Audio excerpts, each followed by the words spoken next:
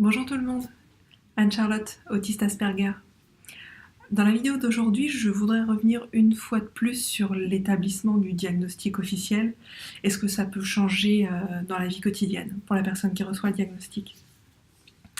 Il faut savoir que le psychiatre qui m'a accompagnée tout au long du parcours diagnostic, qui a donc établi le diagnostic officiel d'autisme Asperger, a également rempli à côté un certificat médical destiné à la maison départementale des personnes handicapées.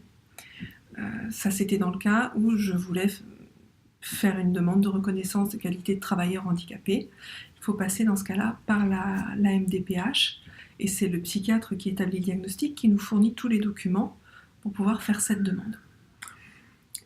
C'est pas obligatoire comme demande, on vous remet les papiers et c'est à vous de décider si oui ou non vous le faites. Personne ne vous accompagne, personne ne vous force. Voilà, après le certificat médical que vous remet le médecin précisément pour cette demande, vous en faites ce que vous voulez, vous en faites des papillotes. Bon, chacun fait comme il le sent à ce moment-là. C'est très personnel. Donc moi j'ai décidé de faire cette demande. J'ai donc envoyé le dossier complet à la MDPH et au bout de 5 mois, on m'a répondu, j'ai eu l'avis favorable comme quoi très bien, j'étais reconnue travailleur handicapé. Voilà.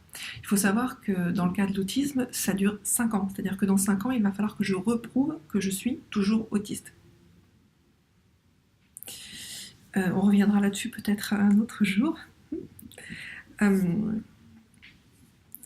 On pourrait déjà se demander pourquoi faire cette démarche, parce qu'il faut savoir que la reconnaissance de qualité de travailleur handicapé n'ouvre pas à des droits pécuniaires particuliers, on ne touche pas d'allocation ou quoi que ce soit pour ça. La demande de l'allocation adulte handicapé, c'est autre chose, c'est un autre dossier.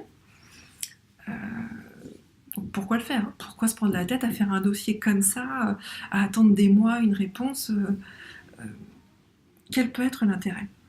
Alors, l'intérêt, c'est que si vous avez un travail, vous pouvez déclarer votre qualité de travailleur handicapé à votre employeur.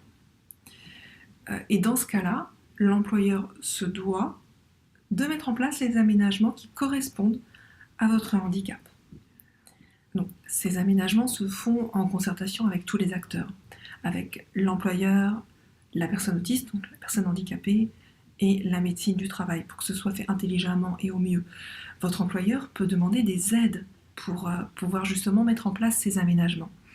Et il faut savoir qu'une société de plus de 20 salariés se doit d'employer un certain pourcentage de personnes en situation de handicap, quel que soit le handicap. Bon.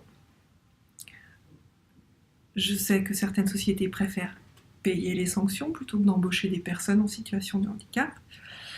On y reviendra peut-être un autre jour, histoire de se lâcher un peu. Bon, mais pas aujourd'hui. Dans mon cas, la RQTH m'a permis d'avoir notamment un bureau isolé, donc pas un bureau fermé, mais je suis à l'écart dans une petite alcôve et ça me convient très bien. Ça m'a permis aussi de choisir l'amplitude de mes horaires, ce qui veut dire que je prends les transports en commun aux heures où je choisis de les prendre, donc loin des heures de pointe, imaginez. Ça m'a aussi permis d'avoir plus de jours de télétravail, donc ça c'est un luxe vraiment, de pouvoir, quand je ne me sens pas capable d'affronter l'extérieur, je peux travailler de chez moi. Et surtout, l'aménagement principal, c'est que désormais je n'ai plus qu'un seul interlocuteur manager. Ce n'est pas plusieurs personnes qui viennent me donner du travail, qui viennent me consulter, non. J'ai un référent, une référente notamment, qui se charge de, concentrer toutes les requêtes qui me sont destinées. Ce qui est aussi un luxe, c'est de se faire manager par quelqu'un qui comprend le fonctionnement d'une personne autiste, qui sait ce qu'il faut dire, ce qu'il ne faut pas dire, qui comprend la communication, qui sait être franc et honnête et qui accepte que l'on soit franc, honnête et direct avec lui. Ça, c'est très précieux, vraiment. Alors, ce que je fais ici, c'est vraiment uniquement livrer mon témoignage. En fonction du parcours et des expériences que j'ai vécues. Je sais très bien que pour beaucoup, c'est certainement différent. Ça peut être extrêmement dur pour certains. Je sais que le monde de l'entreprise, pour une personne autiste qui ne se sait pas autiste, qui n'a pas son diagnostic, qui se doute de quelque chose mais qui n'ose pas, enfin, peu importe. Le monde de l'entreprise peut être véritablement hostile et sauvage. Je sais que les relations professionnelles peuvent être très dures, très conflictuelles.